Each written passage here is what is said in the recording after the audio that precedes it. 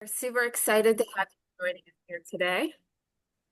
We have a group of experts from the Ohio Department of Education and Workforce that has been diligently working on some brand new workforce reports that we think will have huge utility for you as you think about strategically planning for your workforce in the future. So I'm very excited to um, have them walk through these new tools. They are hot off the press and brand new, so you are seeing something that's fresh and not released yet. This presentation is part of the work that we do as part of the Human Capital Resource Center. This is work that's really designed to support Ohio educators in making decisions about finding, supporting, and elevating people working in our schools. This is actually our final networking meeting of the 2025 school year. So we look forward to bringing you more exciting trainings in the future. But stay tuned. You'll have an opportunity to give us your feedback at the end of this meeting about what other topics would be of value to you. So please stick around to give us your feedback. So for today's meeting, we'll talk a little bit about the workforce reports, their purpose, give you a background about these reports. As I mentioned, these reports haven't been released yet, so you are really seeing a behind the scenes preview. And as the team walks you through these reports, we really want to get your feedback. Because they have not been released yet, you actually have an opportunity to kind of shape what these final reports look like and let us know what is and is of not value so that when they are fully released to the field, they're truly valuable and actionable information for you. My name's Dr. Kate Haynoski. I'm Chief and Co-founder of Experience Management Institute. I partner with the department on bringing these trainings out to the field. But for today, our experts are a team from the Ohio Department of Education and Workforce that'll be walking you through the work that they've been doing in these reports. So I'm going to turn things over to Mary to introduce herself and the team. Hi, everyone. Thanks for coming today. My name is Mary Rose. I'm a data analytics lead at the Department of Education and Workforce. And these are the three main folks who've worked on this dashboard. With me is Stephanie Fohas. She's an education program specialist in the Office of Educator Talent and Leadership. And our developer and Power BI expert is Koshal Vyas. So what you're going to see, as Kate said today, is a preview. These reports are not going live yet, but we are in a stage of soliciting input and feedback. So if you have further thoughts about the reports after today, please feel free to email me. Also, after today, if you want to continue to work with us on developing the reports from a district perspective, please get in touch. We appreciate your attention and input. So the purpose of these reports. So school districts invest serious time and effort into reporting data to us here at the department through EMIS.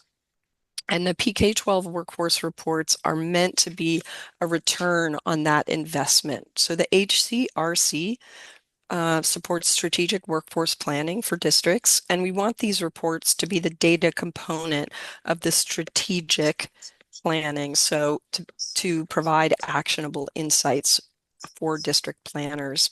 So during the preview today, please keep in mind the workforce planning activities that you engage in. Consider how or whether what you're seeing on the reports would help you or hinder you in those activities. And that's the kind of feedback that we want to hear. And finally, these reports summarize an overview of a district's whole staff and provide key indicators of workforce health or staffing needs that might never become obvious to individual human beings on the ground. I also want to emphasize what these reports will not be about. These reports are not about accountability. They have nothing to do with compliance. They are not tied to funding consequences, and there are no metrics on how well the district is educating students. These will be secured reports, and so these are purely informational. So to add to that, I just want to talk about how the reports will be accessed. It's important that you know that these reports will not be publicly accessible. These are for districts only. So the Secure Data Center is a service at the department. It's online where districts can go to see data and reports that are particular to them. So when they're reports that are behind a portal. So when these reports go live, they will be behind the SDC, meaning that districts will have to specifically authorize individual people to be able to view them. And I know many of you are from ESCs today. If a district assigns a role to you so you can help them with an analysis, then you'll be able to see the reports. Okay, a little bit about the data source. The data we're using for these reports all comes from EMIS. These are the data that districts report to us on staff employment and staff demographic records. We're also integrating information about courses and student enrollment. So, of course, there are data considerations with EMIS data. First of all, information that might be interesting or even necessary for planning, but that isn't reported by districts into EMIS, we're never going to be able to display that. So an example is data on short-term substitutes, because those data are just not reported by districts to us. The quality of the data that districts report is the quality of the data that districts will see reflected in these reports. We're showing trend data for about 10 years. Today, you'll see trends from 2016 through 2024. We don't typically display data that is in flux or that's still being reported, so these reports will likely be updated once a year after the data for the year is finalized. Okay, so it's just a little bit about key features of the reports on the next slide. So they're these are the organization types on the left-hand side that we hope to have reports available for. We plan to show regional and state comparisons. You'll see some state comparisons today. We haven't implemented the regional benchmarks. We're going to be using Ohio's economic regions, and we'll also provide comparisons for urban districts to other urban districts, suburban districts to other suburban districts, and so on along that typological uh, spectrum. The reports are going to focus at the district level, but there will be school level reports, and then there will always be the ability to drill into the individual staff member level detail, and I'll demonstrate that today. So on the next slide, you'll see four areas of information that the reports aim to provide. This is just, a sort of majority selection of what they are. You'll see staff counts, so FTEs, and demographics, as well as student staff ratios, student teacher ratios. You're going to see data today about leavers, meaning people who left the district between last year and this year, or 2023 and 2024. And you're also going to see turnover rates, retention rates, and you're going to be able to compare those rates across a few dimensions. So I want to say a little bit about turnover, because turnover is one of these metrics that can be really hard to get our minds around. The turnover rate compares essentially the list of staff between, let's say, year 1 and year 2.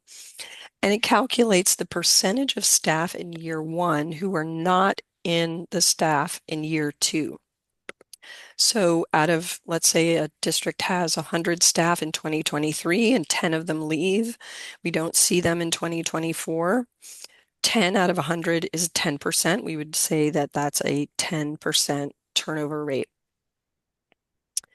Okay, so next slide. Just want to bring us back to what we want you to focus on. So we want you to focus on the types of information that is being displayed and the functionality of these reports, and to consider usefulness and functionality in feedback that you give. So I'm going to start sharing my screen now. Great. So again, like this is a demonstration district, so you may see data points that don't match up.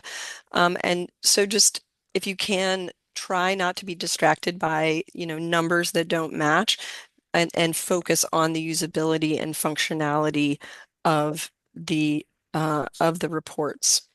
So this is the main page of the Human Capital Management dashboard. This is an overview of the entire staff of the district, distilled into several visuals, um, summarizing key data points. So this page is designed also to focus the user on actionable insights, even at this 30,000 foot view. This page is divided into 3 zones. The top zones are visuals summarizing trends or change over time. The bottom zone highlights information about buildings for the most current school year. Also in that zone are 4 summary metrics for that school year. I'm going to highlight school year 2024, sorry. The staff FTE, the student enrollment, the ratio of students to staff, and the average salary of all staff in the district. On the right-hand side, we have slicers or filters. These are ways to narrow in on the data. So the top visuals are telling us that the total staff in the district has increased over time with some major fluctuations in the last few years. The student staff ratio has basically decreased over time. That means that in some sense, each adult in the district is in some sense responsible for or, matched with fewer students than in the past.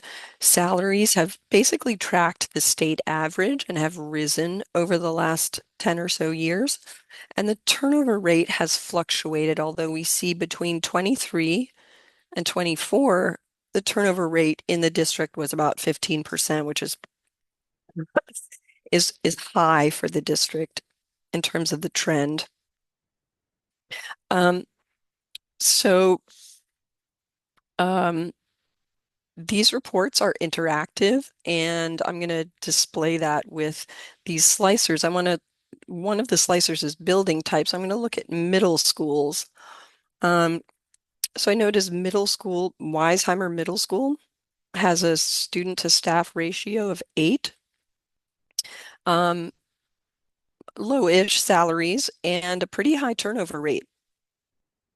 And you'll see that the metrics for, for these lower visuals change with time. So I'm wondering if Weisheimer Middle School has, like if the 14% turnover is a blip or if it's, just something that happened in the last year. So I can change the school year here and look back over the last 3 years. So 2024, it was 14%.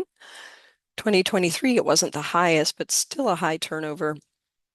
In 2022, also right up there as far as the district is concerned. So now I want to look at high schools. I'm going to look at teachers in general, and you can see the trend visuals change as well. So now the information is about teachers. So we can look at the student staff ratio is now student to teacher ratio. And then I'm curious about what about high school teachers? So it looks like the ratio, and we have 2 high schools, students to teacher ratio is the same in both high schools.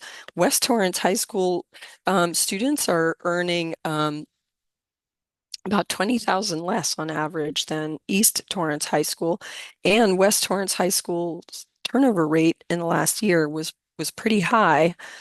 I want to see if that's a trend over the last couple of years. So, yep, looks like that was true in 23 as well. And there was some turnover in West Torrance. So these are some of the insights that you can see um, uh, on this main page. This is a second report that is part of the PK-12 workforce reports. This page summarizes information about salaries for staff across the district. Oh, I need to move this because, all right, I'm going to get out of the full screen because I need to be able to sort of highlight this total salary expenditure thing. So the three zones here, again, we have zones of information. We have these top line indicators along the top here, slicers on the right again, and the bulk of the page being taken up with these bar charts, visualizations, mostly about average salaries sliced up by different demographic factors. So here we have the total salary expenditure for the uh, this is for 2024 is here. So if I'm curious about how much I want to know how much am I paying out in salaries this year, this last year, as opposed to 5 years ago. So I can kind of click back through these school years and see 5 years ago I was paying out about almost 83 million in salaries for all the staff, right? I don't have any position category narrowed here. I'm just um, these are average salaries of all staff in 2019.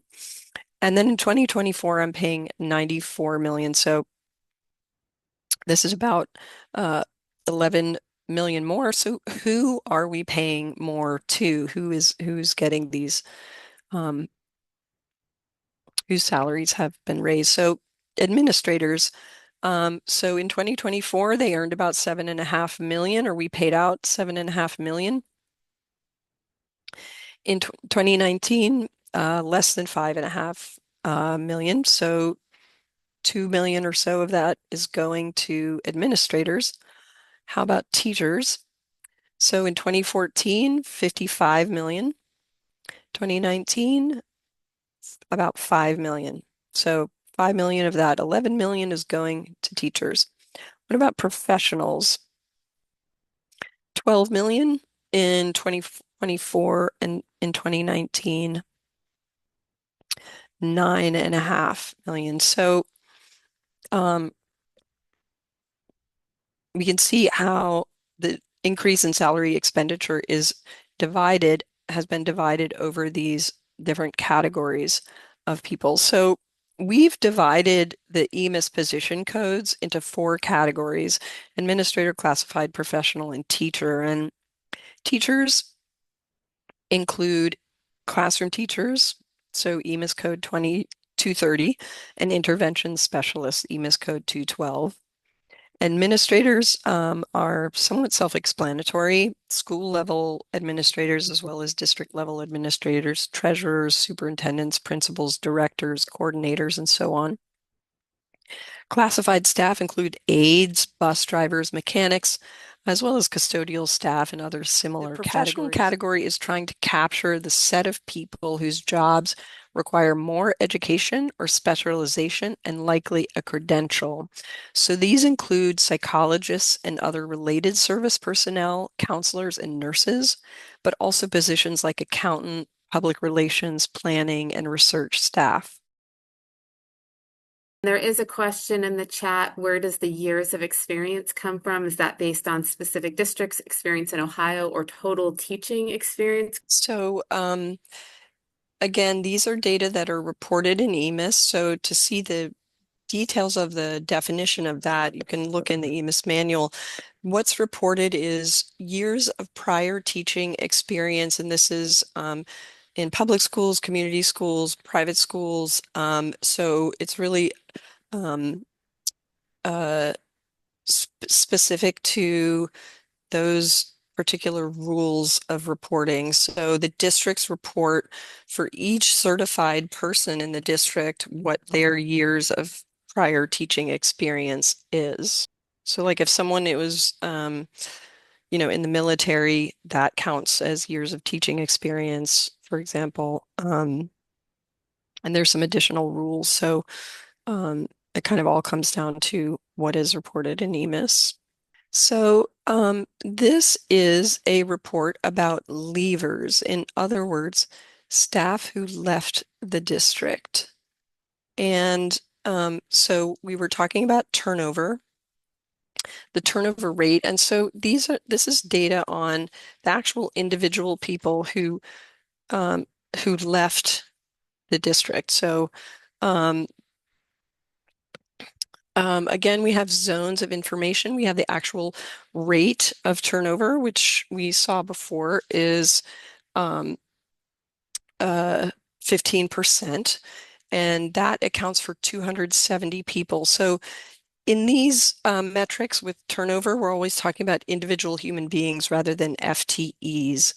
So the bulk of the space of the visuals is taken up by the breaking down the counts of leavers by different factors with the slicers on the right. And here we have a new type of visual, which is simply the individual level detail of the actual staff members. So we can see what position they hold, their gender, race, ethnicity, salary, years of service. So years of service, we are calculating um, what the number of years that they were reported as working in the district until they left.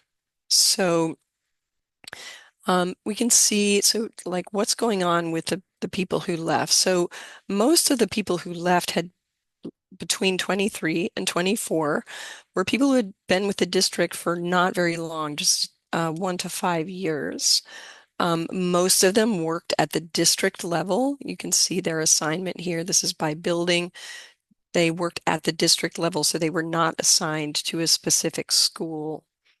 Um, then I want to focus here on years to retirement. So someone who's within 5 years of retirement is this is a retirement proxy that we're calculating by age. So someone who's within 5 years of retirement is 60 years old. Within 3 years is 62. Within 1 year is 64, 65. And 5 or more years means that they're under age 60. So we can see that 52 people who were within a year of retirement, within a year of turning 60, left the district. And we can see that there were 39 people who actually retired. So that's interesting. This is the reason, data on the reason that people left their jobs. Um, and by change again, there are year slicers or buttons here, so I can look to see if this, trend of if this phenomenon of people with fewer experience leaving the district is kind of a trend, or if it's unique to 2024. It doesn't look like it is. The interactive feature that I want to highlight on this page is what we call a tooltip. And this is not just informational, but it adds more data to the picture. So I'm going to look at what about the teachers who left? So it looks like teachers in elementary schools, more leavers were in elementary schools than in other school types.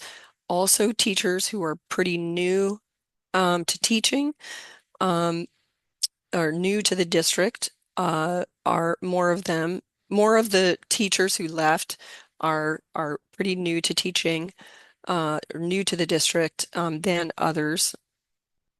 And obviously they're younger. We can see the reasons that they left here. This is kind of interesting. So for a couple of them, we don't have information not applicable or they resigned for other reasons. But this is interesting. One teacher left because they accepted a new position somewhere in the district.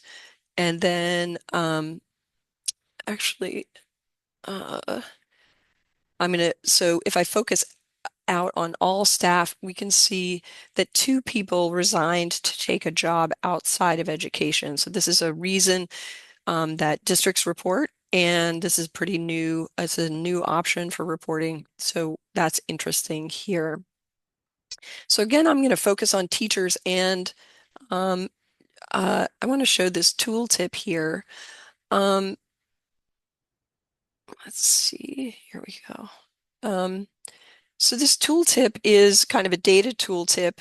It shows, um, we just have numbers identifying staff, but it shows the identifier for the staff, what subjects they taught, the number of courses they taught and the students that they taught. And this is, the data are funky here, but this would be sort of, this is kind of summarizing the footprint of that educator over time.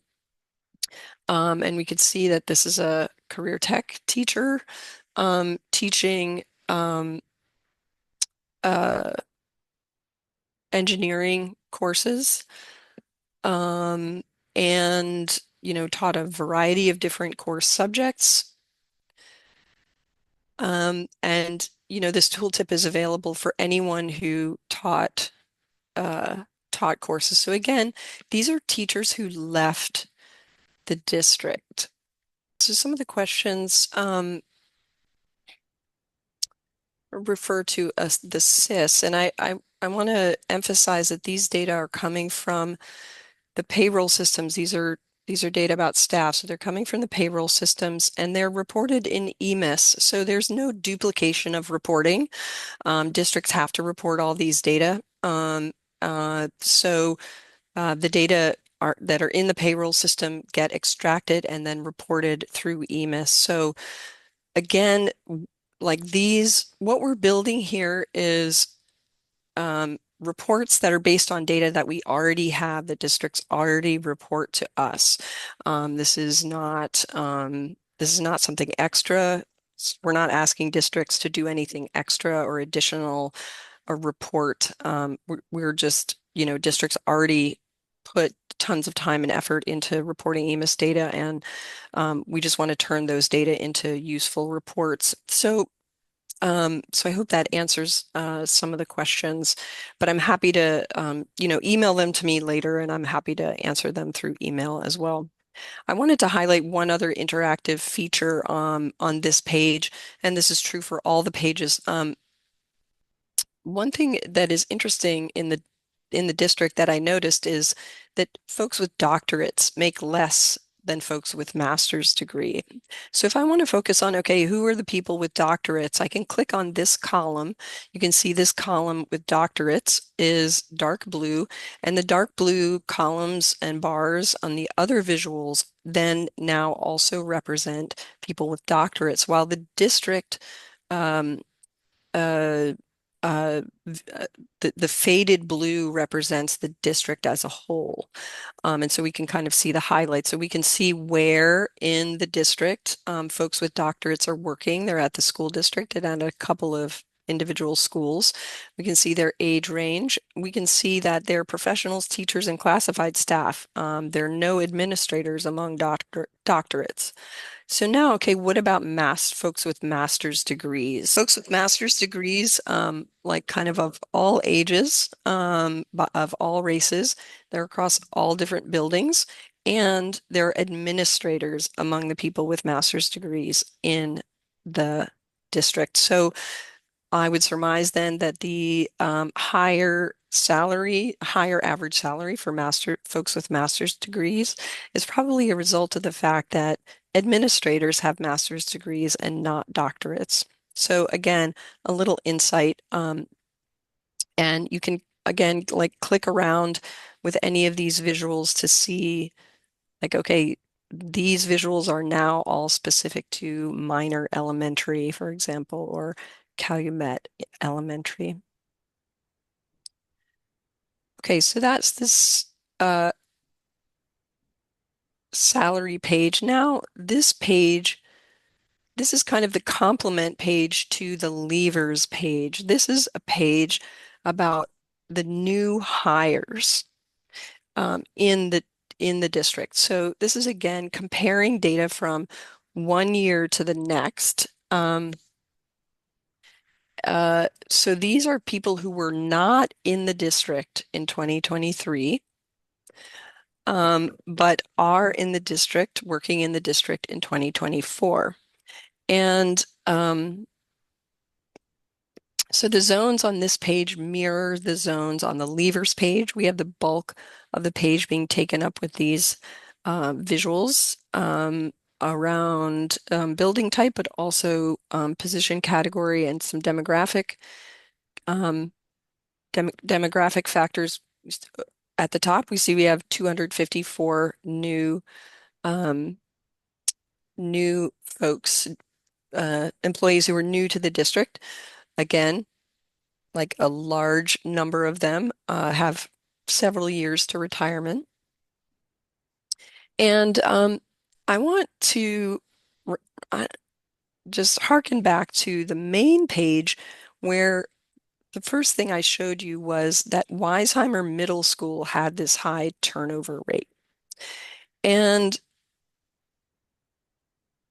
if I'm a district administrator, I might think about, okay, that that middle school had uh, a lot of turnover, so there must be probably new employees in that building. So I'm going to look down and look for Weisheimer Middle School. Looks like there are 4 new people in that middle school. And with new hires in a school where I know there's high turnover, I might think about, are there resources that I can put toward that school, the new employees in that school, to uh, make it more likely that they're going to stay? In other words, turn my resources into um, put them toward retention of staff in buildings that tend to lose staff at a higher rate. Um, so this is the detailed information about the Weisheimer Middle School staff. There are 3 new teachers there. What resources might new teachers in a school that where people tend to leave, what resources might they need? And the new hires page in general is uh, meant to be a complement to the leavers page so that district planners can think about, okay, what are the resources that I spent on hiring all of these new people? And we don't collect that data in EMIS, so we don't have the human capital management expenditures. That's data that districts might have at their fingertips, that we can't display here. But consider, what did it cost to hire these 254 people? And we remember that there were 270 people who left. What if we what if we redirected some of our human capital management resources toward retaining some of the staff, staff retention, rather than rather than hiring new folks? Um, So, so these reports, we hope that they can provide a kind of cost benefit analysis if you pair these levers and new hires reports together along with information on the main page. So I think when we get closer to publication, it would be useful to have some feedback from district folks to say, what reports should principals be able to see and what reports should other people be able to see. What I want to emphasize, though, is that regardless, again, these are, none of this is going public. This is not, there's no splash on our website or anything. These are purely for your own use. And information to turn into knowledge and wisdom without strings. That is what we're going for with these reports. If other people have comments or questions, I'm happy to hear them now, either in the And chat this has or. given you Mary's gone through a high level overview of all the types of information. So if there's something else you would want to see, and the Yeah, data is absolutely. available, please drop that in the chat. That's something the team could certainly look at incorporating into the reports as well. Then our final plug, as always, is please consider following the Talent Pipeline newsletter. If that's not something that you're currently doing, this is the way to stay up to date with all the latest changes, trainings, information. So this is your best source to stay in the know with all things human capital and all trainings. So with that, We're really closing out on our time, but we really appreciate you joining us, you taking the time to respond to these polls, to add in your comments, ask those questions, because all of that really supports getting these tools in a final place where they truly are valuable to people across the state of Ohio. So thank you for taking that time to really give us your constructive feedback and share your thoughts. Thanks, Mary, everyone. thank you for joining us today, Sure. walking us Anytime. through. But have a wonderful rest of the day, everyone.